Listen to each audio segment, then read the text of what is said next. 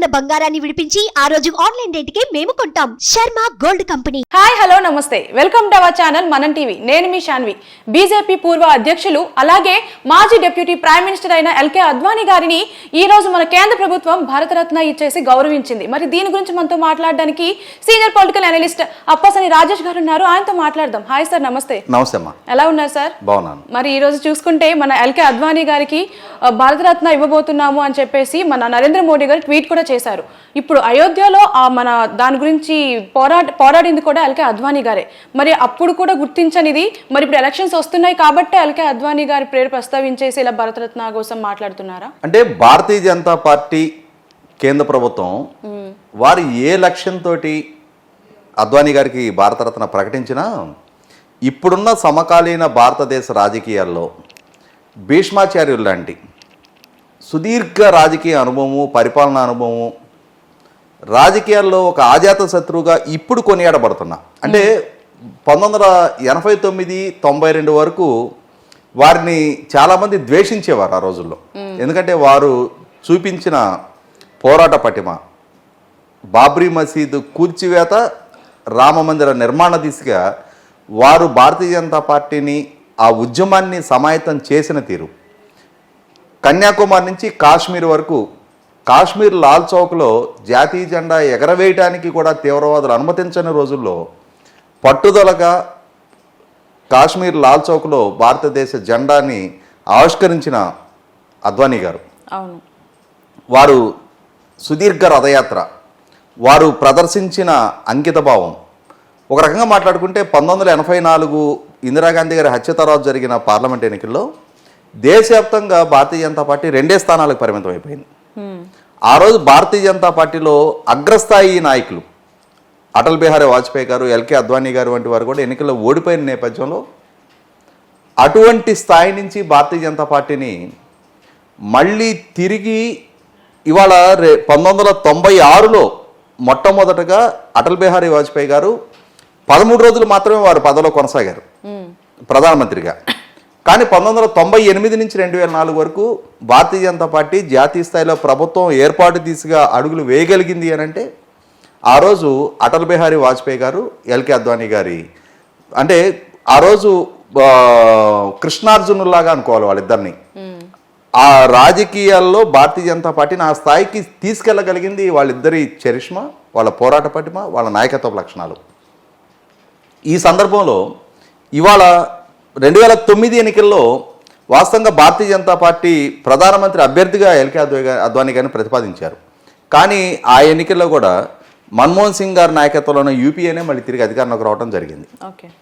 కాబట్టి 2014 ఎన్నికల దగ్గరకు వచ్చేటప్పటికి అద్వానీ గారికి అప్పటికే వయసు మీరుతూ ఉంటాం. ఇక నరేంద్ర మోడీ గారిని కొత్తగా అభ్యర్థిగా పార్లమెంటరీ పార్టీ బోర్డు ఎన్నుకోవడం జరిగింది.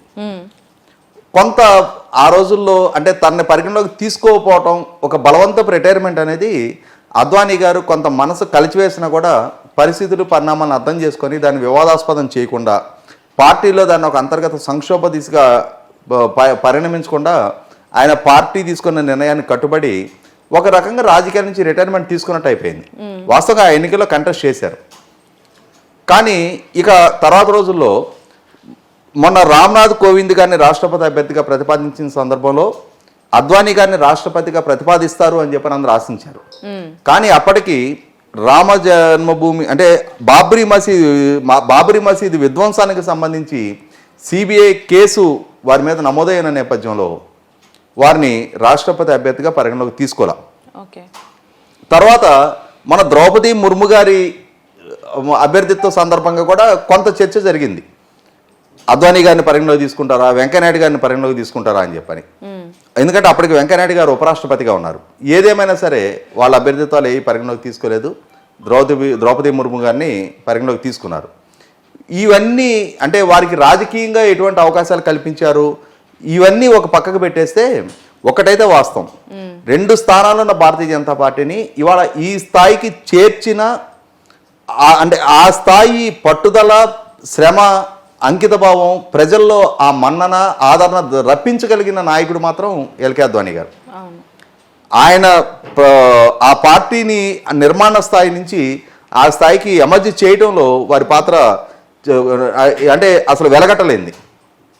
ఇటువంటి నేపథ్యంలో రీసెంట్గా అయోధ్యలో రామ మందిర ఆవిష్కరణ, ఆ సందర్భంగా అంటే అద్వానీ గారు, మురళీ మనోహర్ జోషి గారు, ఉమాభారతి గారు, వినయ్ కటియార్ గారు ఇటువంటి వారు ఆ రోజు వారు చూపించిన పోరాట పటిమ వాస్తవంగా బాబ్రీ మసీదు విధ్వంసం 1992 డిసెంబర్ 6వ తారీఖు రోజు జరిగింది. అది ఆ రోజు బాబ్రీ మసీదు కూల్చివేత, ఆ కేసులు వాళ్ళు ఎదుర్కొన్నారు.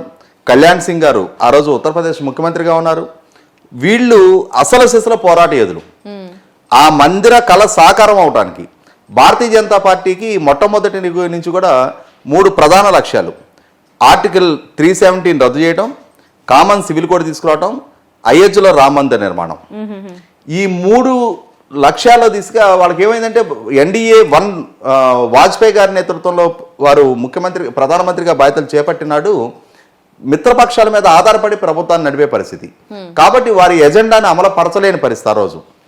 అటువంటి నేపథ్యంలో ఎప్పుడైతే 2014లో నరేంద్ర మోడీ గారి నాయకత్వంలో ప్రభుత్వం ఏర్పడ్డాక వీళ్ళకి స్పష్టమైన ఆధిక్యత దక్కిందో, వేరే రాజకీయ పక్షాల మీద ఆధారపడాల్సిన పరిస్థితి లేకుండా భారతీయ జనతా పార్టీకే పార్లమెంట్లో స్పష్టమైన ఆధిక్యత దక్కిందో, వాళ్ళ ప్రభుత్వం వాళ్ళ అసలు సిసల లక్ష్యాలని ఆర్టికల్ 370 రద్దుని అమలుపరచగలిగారు, అయోధ్య రామ మందిర నిర్మాణాన్ని సాకారం చేయగలిగారు. ఇప్పుడు మిగిలింది కామన్ సివిల్ కోడ్, అదొక్కటే ఎగ్జిక్యూట్ చేయాల్సి ఉంది. ఈ నేపథ్యంలో ఏంటంటే అద్వానీ గారిని మొన్న రామ మందిర రాముల వారి విగ్రహ ప్రతిష్టాపన సందర్భంగా వారిని అయోధ్యకి వారి వయసు రీత్యా వారిని రావద్దని చెప్పడం జరిగింది. ఇటువంటి సందర్భంలో కొంత వివాదాస్పదంగా కూడా మారింది. అసలు కారకులు ఆయన ఇవాళ ఈ కళ సాకారం అయిందంటే ఆద్యుడు ఆయన్ని మురళీ మనోహర్ జోషి గారిని రానివ్వకపోవటం ఏంటి?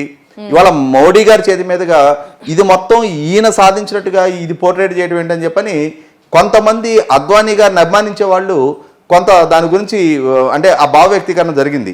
కానీ ఏదేమైనా సరే ఇవాళ అద్వానీ గారికి ఇచ్చిన ఈ గౌరవం, భారతరత్నగా వారిని గుర్తించడం, దానికి వారు కూడా అంగీకారం తెలపడం అనేది ఒక అసలు సిసలు రాజకీయ యోధుడికి దక్కిన గౌరవంగా మనం భావించాలి. మరి ఇంత ఘనత ఉన్న అద్వానీ గారిని ఇన్ని రోజులు పట్టించుకోలేదు, కానీ ఇప్పుడు ఎందుకు కరెక్ట్గా ఎలక్షన్స్ ఉన్న ముందు మాత్రమే ఎందుకు ప్రస్తావించారు?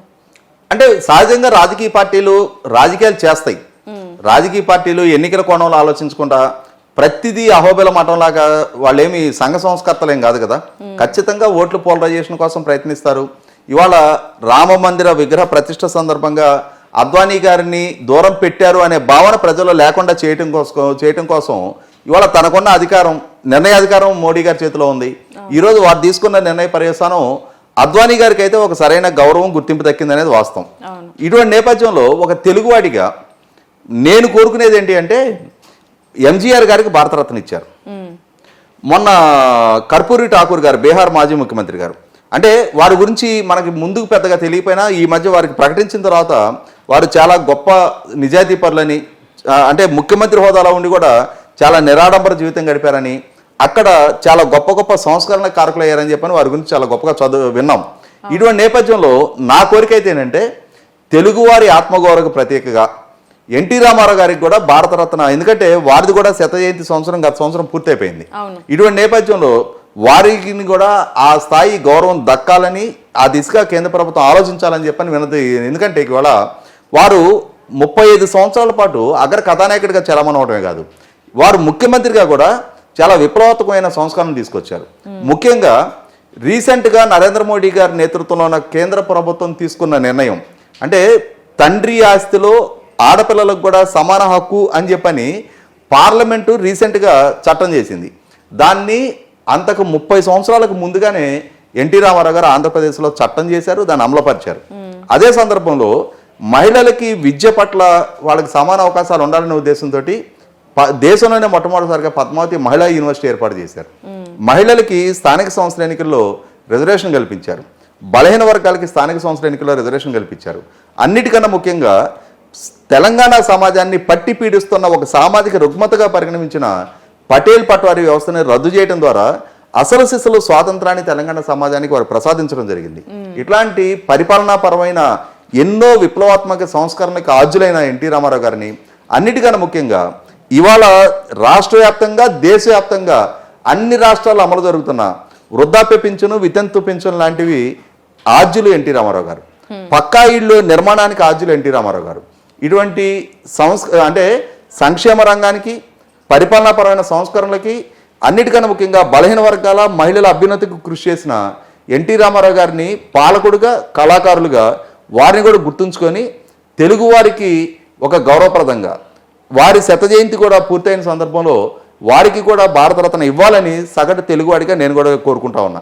Thank you sir.